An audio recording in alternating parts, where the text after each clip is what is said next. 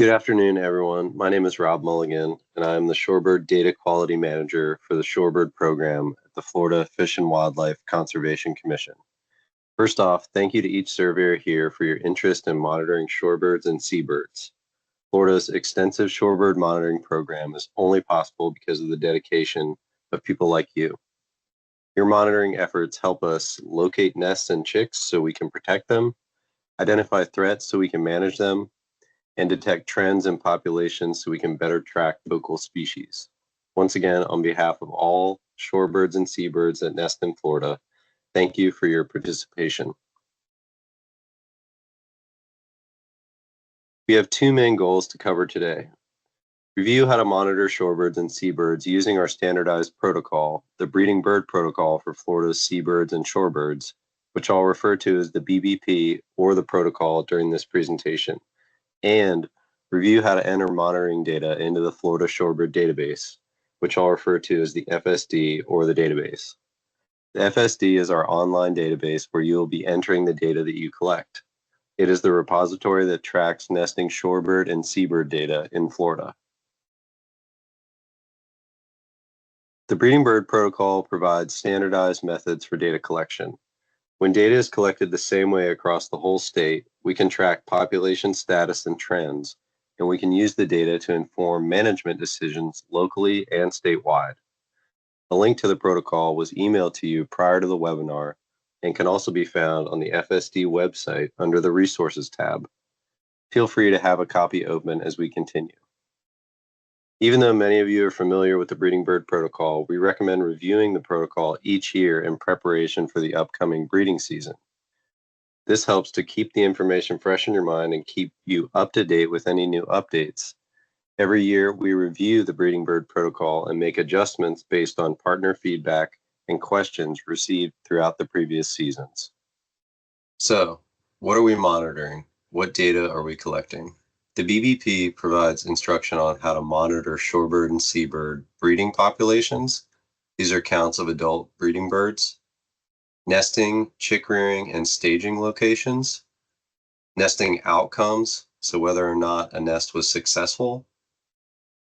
And any threats or disturbances that may be present. This could be predation, anthropogenic causes, or anything else that threatens successful nesting. It is important to note that there are 20 species of seabirds and shorebirds that nest throughout Florida, but not all of these species nest statewide, so it is unlikely that you will observe all of these birds nesting where you are surveying. Please try to focus your efforts on monitoring the bolded species. These are the species you are most likely to see if you conduct coastal route surveys, and they are designated as state threatened. The black skimmer, Caspian tern, gull-billed tern, laughing gull, least tern, roseate tern, royal tern, sandwich tern, American oyster catcher, snowy plover, and Wilson's plover. Shorebird breeding season typically starts in March and goes through the end of August. Depending on the species, the weather, and where you survey in the state, you may see birds on nests as early as February or tending to unfledged young as late as October. The Breeding Bird Protocol designates 6 count windows, which are week-long survey windows from March to August. At a minimum, we ask Florida Shorebird Alliance partners to commit to surveying each of these count windows. Surveying during these monthly count windows provide us with a statewide snapshot of breeding activity. We recommend surveying weekly once nests are observed where you are surveying. Weekly surveys provide a better estimate of peak counts and increases our understanding of nest outcomes and causes of nest failure. For example, let's say I find an active nest during the May count window. Next time I survey during the June count window, and I find that the nest is no longer present. There may not be enough evidence to determine what happened to the nest. Perhaps it hatched and the adults moved the chicks out of the area, or maybe it was predated and the adults abandoned the area. If I check that nest weekly, I have a better chance of determining the outcome of the nest because of the signs of what happened could still be present, such as tracks, broken eggshells, etc. Let's go over some basic monitoring etiquette. There are a few things to keep in mind while surveying to keep you and the birds safe. Avoid disturbing the birds as much as possible. If they change their behavior in response to you, for example, broken wing, alarm calling, flushing, dive bombing, etc., please back up. You are too close to their nests and chicks. You want to give the birds as much space as they need to properly care for their nests and chicks. Be aware of potential predators. Flushing birds from their nests or chicks when predators are nearby may result in predation. Do not enter posted areas. These are any areas that have keep out or do not enter signs or symbolic fencing. You need a permit from FWC to access these areas. If you see a nest or colony that is not posted, it is likely that the land manager doesn't know about it. Alert landowners and managers about any new sites that you find so they can post the area to keep people from disturbing the birds. Not sure who the land manager or landowner is? Contact FWC staff. Your regional shorebird biologist is a great resource, and you can find their contact information on the FSD website under the Help tab. We can break down monitoring ground nesting shorebirds and seabirds into 3 basic steps. 1. Conduct a route survey. 2. Document any nests, colonies, and chicks or young observed on a route. And 3. Enter all of this data into our online database at flshorebirddatabase.org. To aid in data collection, we provide 4 data sheets which we are going to go over today. And these data sheets are designed to collect data based on the standardized methods outlined in the Breeding Bird Protocol. They can be found on the FSD's website under the Resources tab. The route form will be filled out under Step 1. The other 3 forms are all used in Step 2. Many route surveys are conducted in partnership with local, state, or federal agencies who manage the land being surveyed, and they may request that you use their data sheets or collect additional information. But let's start with Step 1. Conduct a route survey. Every time you conduct a route survey, you will complete a route form, even if you are not able to finish surveying the entire route or you didn't see any breeding birds, chicks, or young. When filling out a route form, you will record the following: the name of the route, the names of the observers that participated in the route survey. These should be the people who helped collect data, not just people tagging along for fun. The date and the start and end times of the survey. Remember to use local time. How you surveyed the route, as in what mode of transportation did you use to conduct your survey? Did you walk, use an ATV, a boat? You do not need to record how you accessed the route, just the mode you used to conduct the survey. How much of the route did you survey?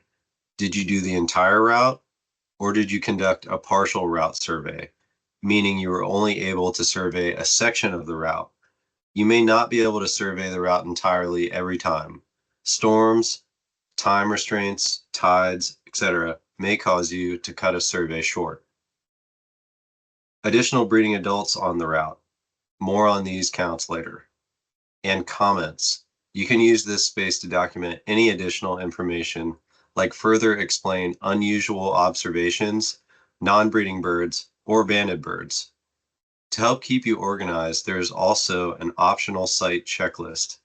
You can use this space to keep track of what known sites are on your route, and if you visited them during that route survey. We ask you to collect additional breeding adult counts for 3 focal shorebird species: the American oystercatcher, pictured on the top, the snowy plover in the middle, and the Wilson's plover on the bottom. The big picture is we want to know how many adults for these 3 species are breeding on each route that you survey.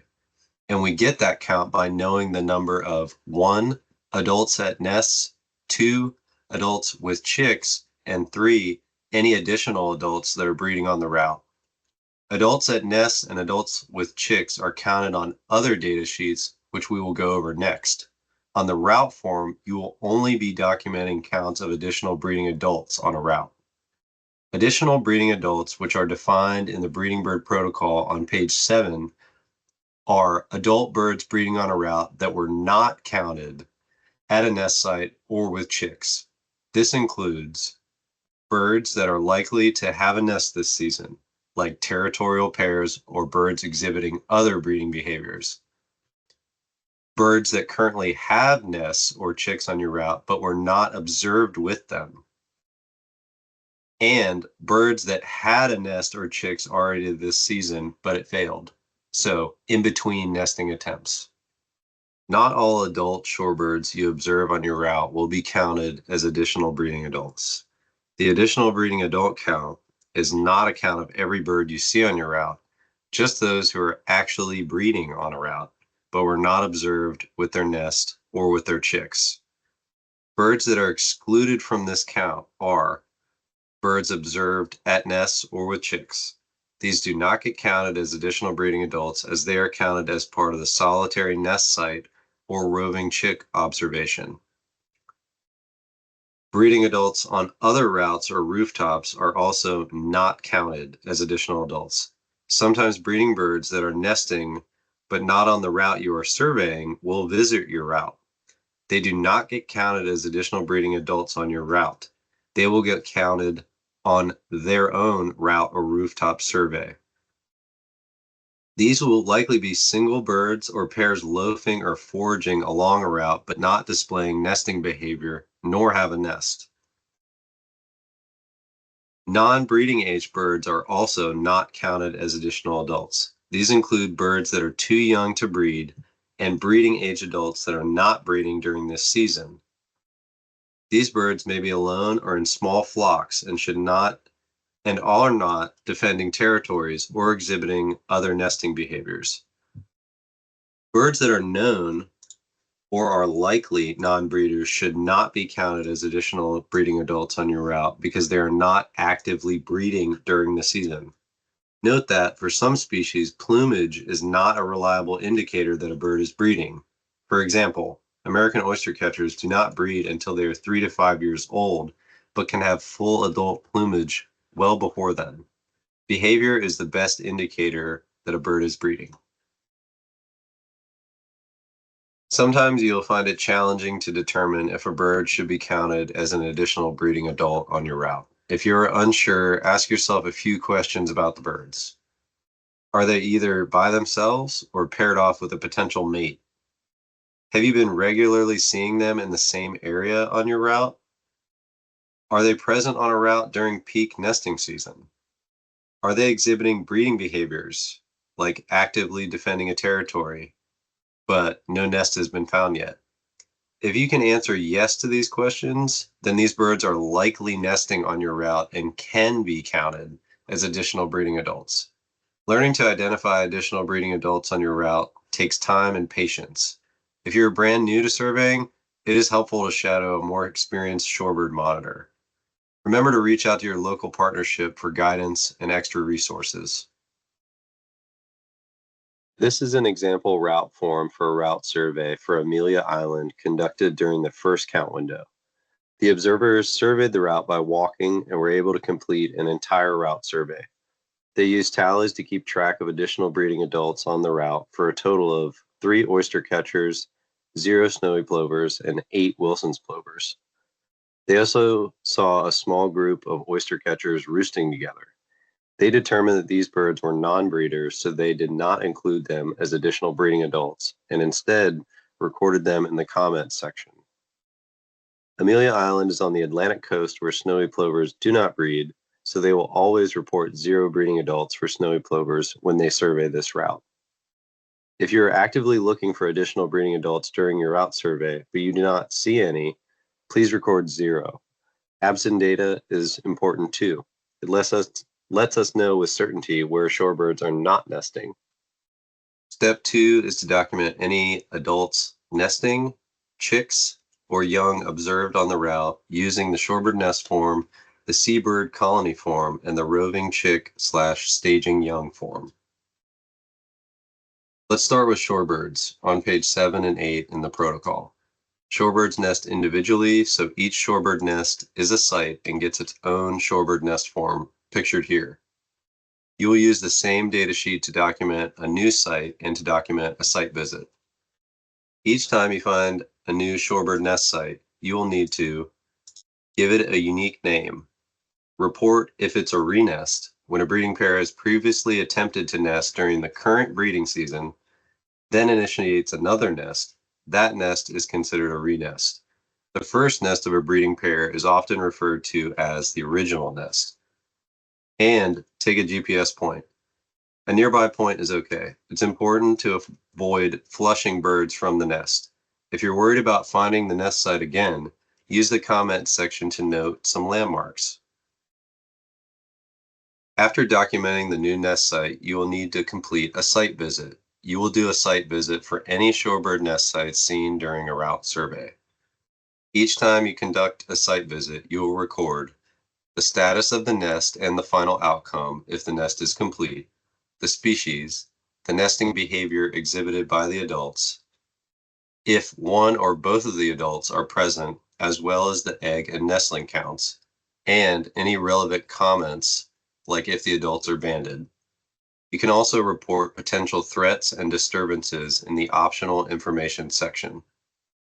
The shorebird nest form has 3 status categories: probable nesting, active, and no longer active. Probable nesting is for cases where you strongly suspect that there is a nest nearby, but you don't want to disturb the birds to investigate. If you survey weekly or daily and you think you might eventually spot the nest, I'd advise waiting until you see the nest to add this site to the database. But if you only go out once a month or every couple of weeks, or if the habitat makes it difficult to detect a nest, add it as a probable nest. Active means you saw the nest with viable eggs or nestlings, saw an adult bird incubating or brooding, or the bird performed displays to draw you away from the area. Broken wing display is common. No longer active is when the nest has ended and no longer tended to by the adults. No viable eggs or chicks are in the nest cup.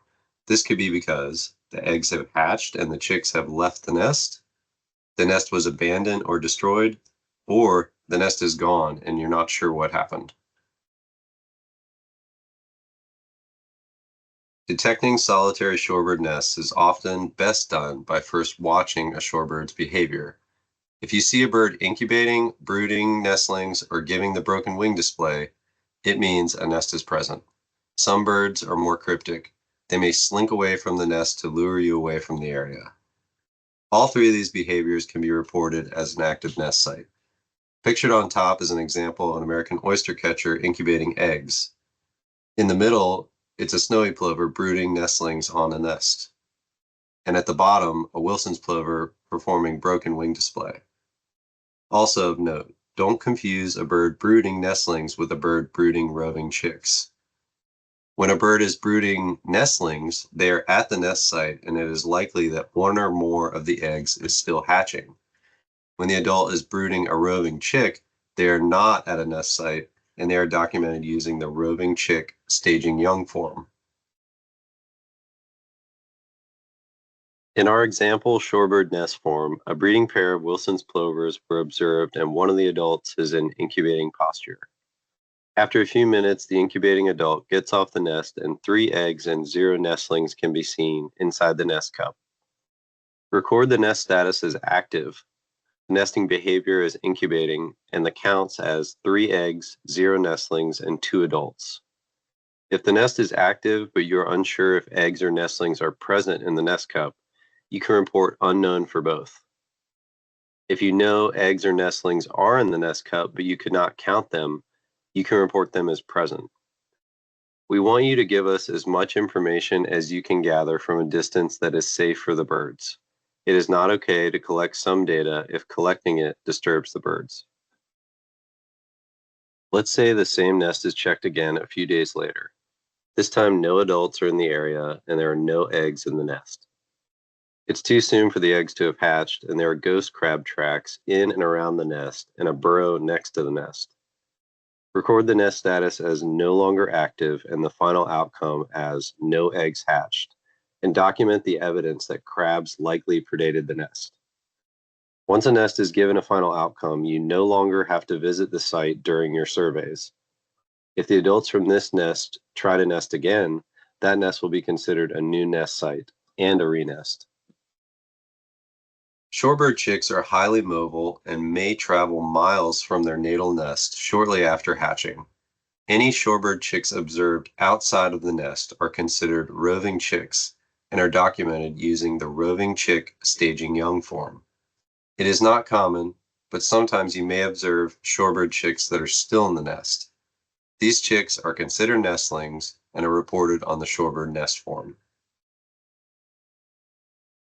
Here's an example of how to report a nestling on the shorebird nest form.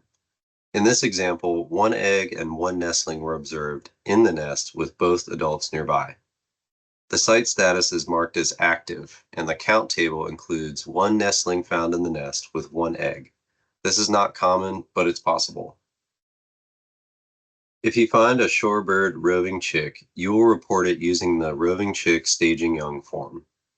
You will need to document the location of the chick or chicks, the habitat they are using, the species, the number of adults and chicks, the natal nest if it is known, and any relevant comments. Are any of the birds banded? Any interesting interactions? You can also use the bottom section to document any potential threats or disturbances. Both roving chicks and staging young are reported by chick age classes: downy, feathered, and flight capable. See page 14 in the protocol. Downy chicks include chicks from newly hatched up to 1.5 or 2 weeks old, depending on the species and local variability. They are covered in downy feathers and look very fuzzy. They're small and stay close to their parents. In the case of shorebird chicks, when recently hatched chicks are found in the nest bowl, they are recorded as nestlings. As soon as the downy chick leaves the nest bowl, they are reported as a roving downy chick. Feathered chicks are about 1.5 to 3 weeks old and have pin feathers. Feathered chicks may have some down, but overall have more feathers than down. They're bigger and more mobile. These chicks will have a scruffy appearance and are noticeably smaller than the adults. Flight-capable chicks are capable of flight. About 3 to 4 weeks after hatching, they have learned to fly and can fly in short bursts. As soon as they're able to do this, we count them as flight capable. These chicks are almost always the same size as the adult. Here's an example of a roving chick staging young form.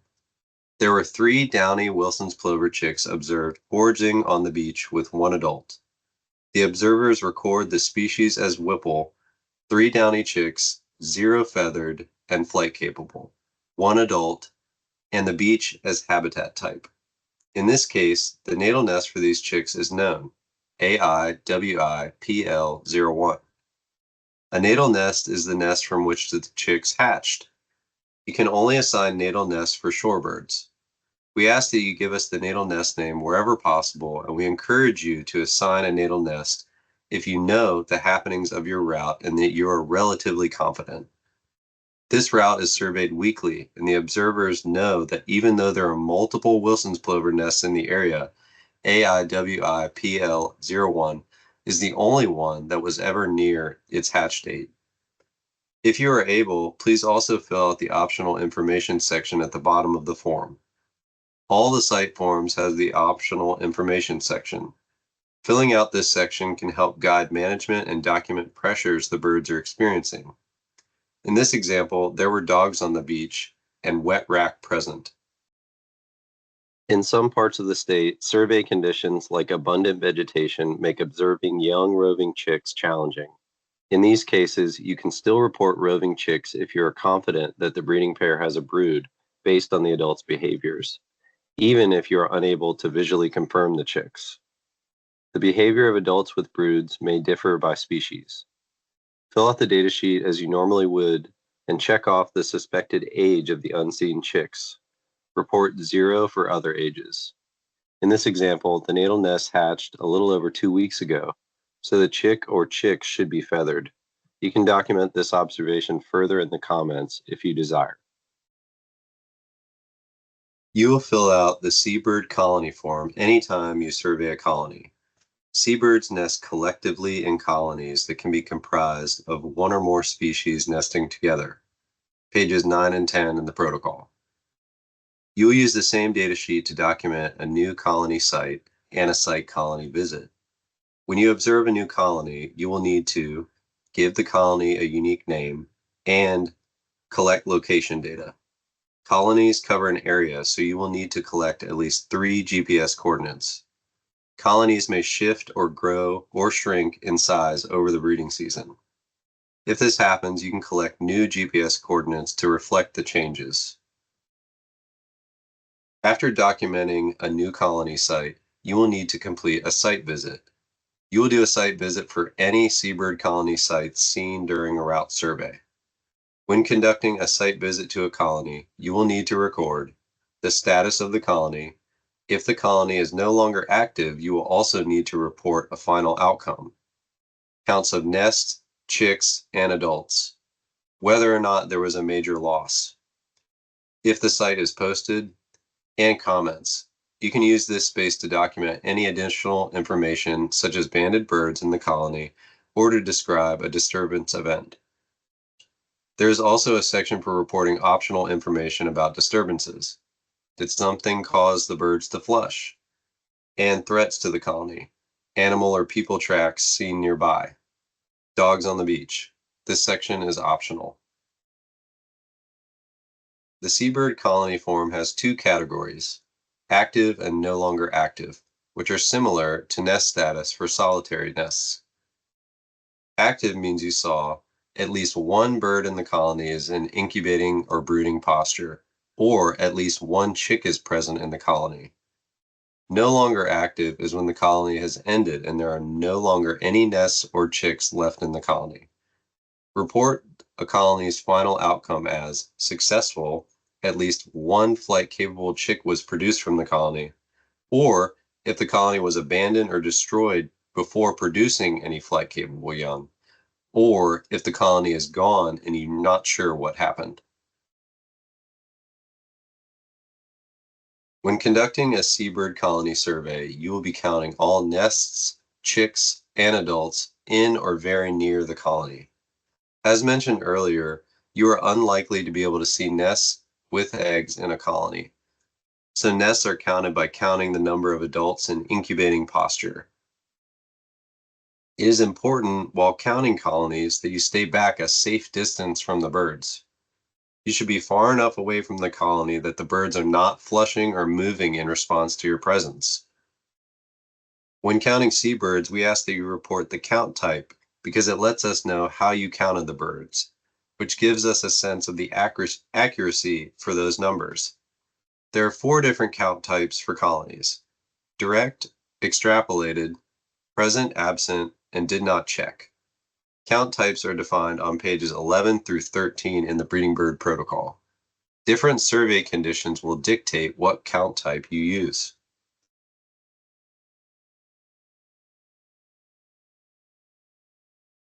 Whenever possible, you should conduct a direct count.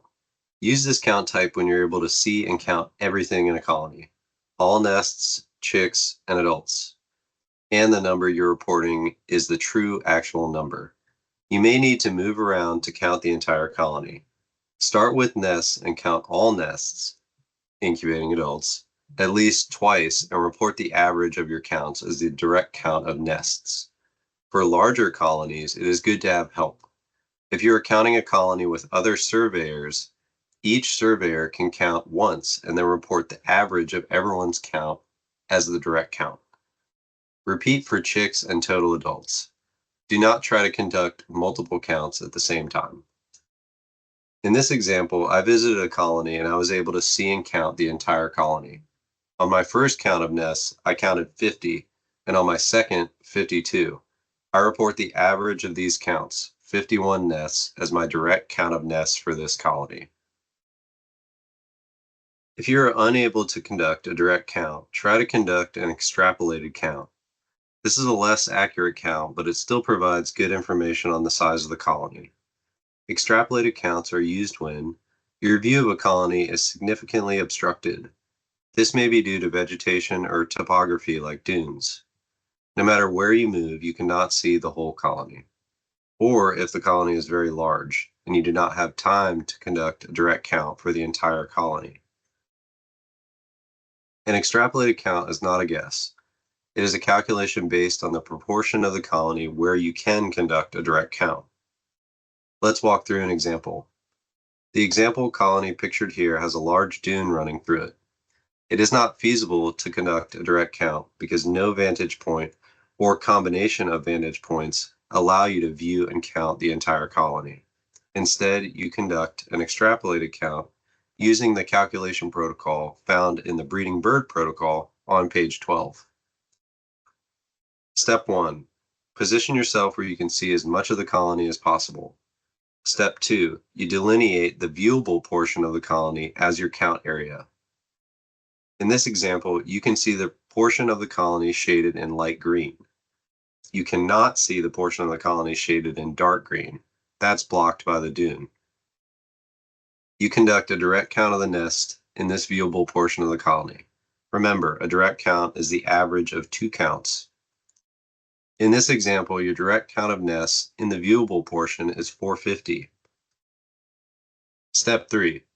You determine approximately what percent of the entire colony your direct count area covers. Here, you approximate that you counted 75% of the entire colony. Step 4. Now, you divide your direct count by the proportion of the colony counted to get your extrapolated count. In this example, you divide 450 by 0.75 for a total of 600 nests. For decimal values, round to the nearest whole number. Repeat for chicks by age classes and adults. If you don't have time for a direct or an extrapolated count, you can report present or absent. These count types at least let us know whether a colony is active in the area. If you use present in lieu of a count, please note that present equals 1. When we do any analysis, we are only able to say with any certainty that there was at least 1. If you're time limited, please consider doing an extrapolated count, especially when counting adults. Marking absent indicates that you were only able to verify that there were 0 nests or chicks in the colony. It is the same as reporting a direct count of 0. If you cannot confirm presence or absence, for example, after a storm, and you suspect the chicks might be present but they're hiding, report did not check. Let's go back to fill out the Seabird colony form. In this example, the colony is mixed and has black skimmers and least terns nesting in it. Adults from both species are observed in incubating posture, so the colony status is reported as active. No was reported for a major loss since this is the first time the colony was observed. Major loss is used to report when 25% or more of the colony is lost. Either a large number of chicks died or nests failed in between visits. Some common causes for major loss are predation and weather events that cause overwash. The entire colony is visible and nothing obstructs the view, so direct count can be used to document nests, chicks, and adults. The observers reported a direct count of 32 adults in incubating posture for black skimmers. There are no chicks yet, so they reported a direct count of 0 for all age classes. When counting adults, count the total adults in the colony, including adults in incubating posture. Because of this, your adult count should almost always be greater than your nest count. The observers then repeat this for least term counts and got a direct count of 8 nests, 0 chicks, and 24 adults. Let's talk about seabird chicks. As mentioned previously, seabird chicks are different from shorebird chicks in that they stay in or near the colony weeks after hatching. If seabird chicks are within sight of an active colony, they should be counted as part of the active colony on the Seabird colony form. Seabird chicks of any age class can be documented as part of the Seabird colony form. If you observe flight-capable young and you don't see the colony from where you are, count them on a roving chick staging young form. This is the same form as the one we already went over for shorebird roving chicks. You can only report flight-capable seabird chicks on this form. You cannot report downy or feathered seabird chicks. Chicks this young should still be within the colony.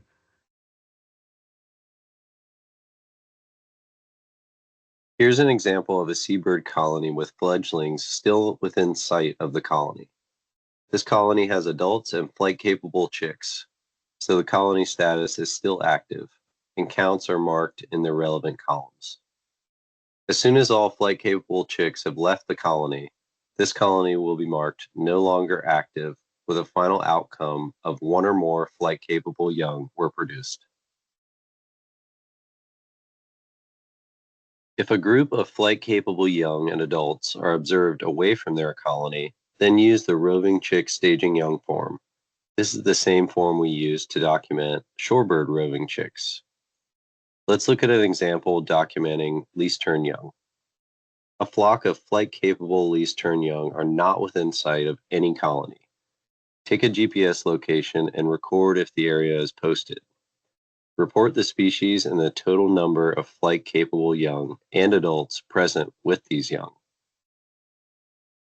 If you see banded birds on your surveys, please document and report these observations. Remember to record the species of the bird, the color and position of any bands and flags, if there are any codes on any of the bands or flags, an approximate GPS location, date and time of observation, and, if possible, get a photo.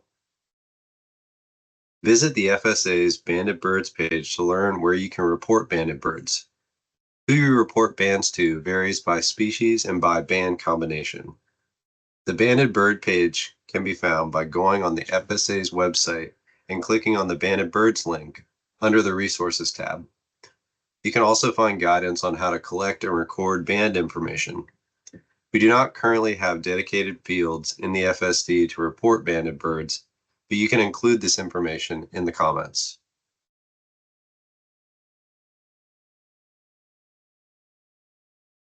The final step of monitoring shorebirds, step 3, is entering your data online into the Florida Shorebird database at flshorebirddatabase.org.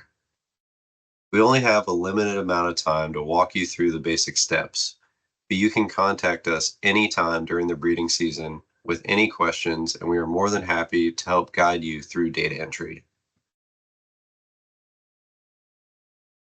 The first step in entering data is to create your own Florida Shorebird database account, if you don't already have one. Then log in. Anytime you're using the FSD, it is best to use Google Chrome as your browser. If you can't remember your login information, don't have Google Chrome, or have other issues with the database, you can email questions to flshorebirddatabase@myfwc.com. After you log in, you will be asked who you are entering data for. Click on the Set for Myself button. You will only use the Select Other User button if you are entering data on behalf of someone else. A guide for entering data for others can be found by clicking in the Quick Guide link.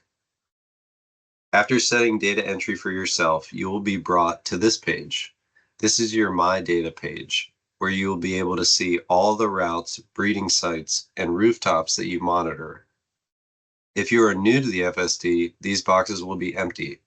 All the data forms we went over today are entered into the database when you enter a route survey. In order to enter route surveys, you will first need to add routes to your profile. Remember, lots of routes already exist in the database, and multiple people could be surveying the same route.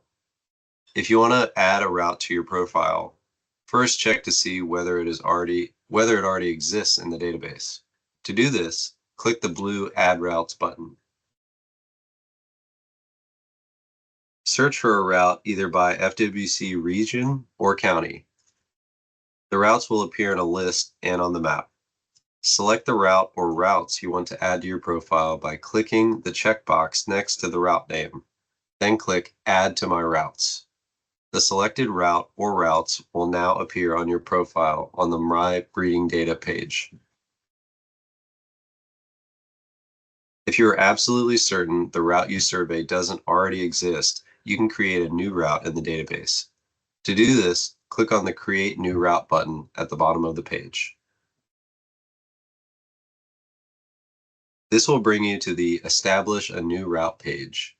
You can create a new route by drawing the route on the map using the Capture Click method or by entering a series of coordinates.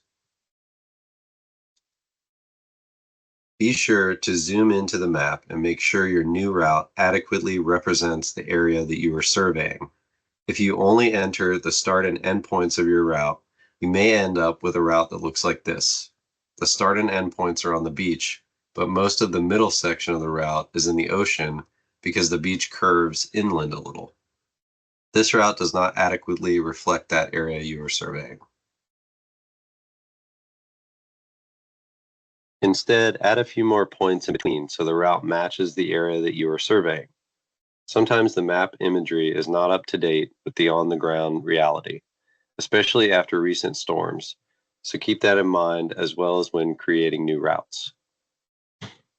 Once your route is drawn, give it a unique name and provide descriptive details, such as how to best access the route, where to park, where to start and end your survey, etc.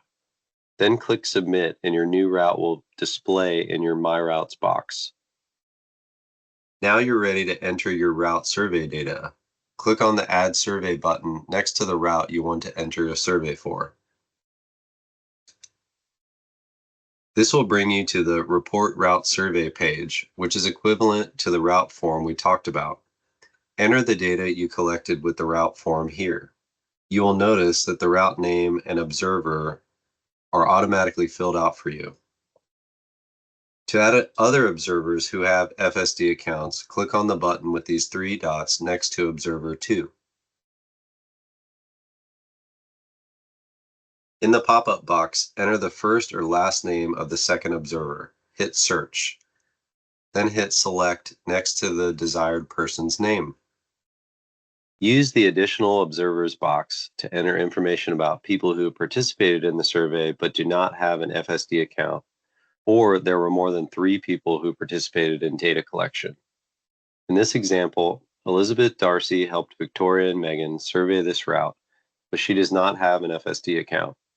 So I record her name in the names box and report 1 in the number of additional observers box.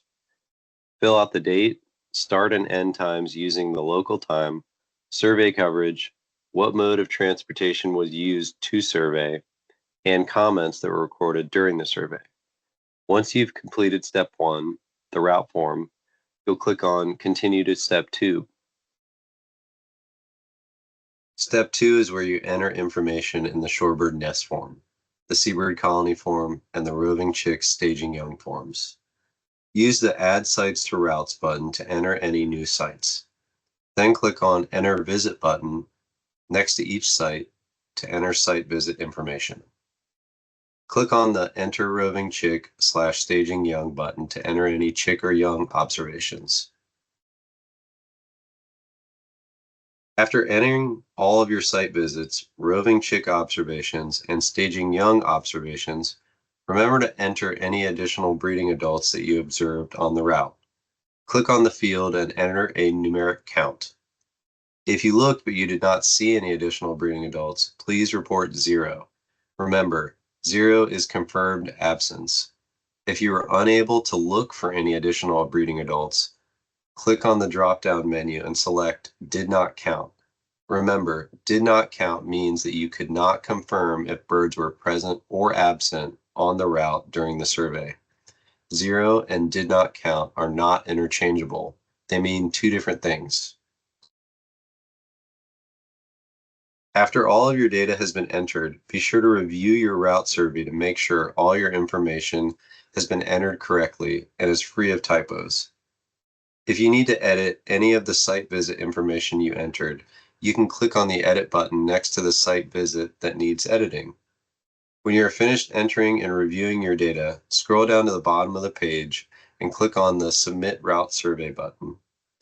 If something comes up and you cannot finish entering your route survey, you can click on the Save and Finish Later button. The next time you log in, the FSD will prompt you to finish data entry. If you want to view your route surveys, see the surveys that other partners have entered for a route, or need to update any information on route surveys that you've already entered, click on the View Edit in the My Routes box. To sum up, there are 4 main steps to entering data in the FSD. Sign into your account, check for existing routes, or if a route doesn't exist, create a new one, enter a route survey, view or edit your route surveys as needed. The Breeding Bird protocol, the data forums, quick guides, webinar recordings, and other helpful training videos are all available on the FSD website under the Resources tab. Keep in mind that the 2025 webinar recordings will not be available immediately, but you can find the 2024 webinar recordings until then. Also, check out the Florida Shorebird Alliance website for additional resources about bird identification, chick age guides, the monthly Rackline newsletter, and much more. And remember that you can contact us anytime with questions about the protocol or data entry at flshorebirddatabase@myfwc.com. Thanks to everyone who attended this webinar and for continuing to make the Florida Shorebird Monitoring Program a success. We do have some time for questions, so feel free to either use the chat box or raise your virtual hand. Thank you all again. I hope everyone has a great season.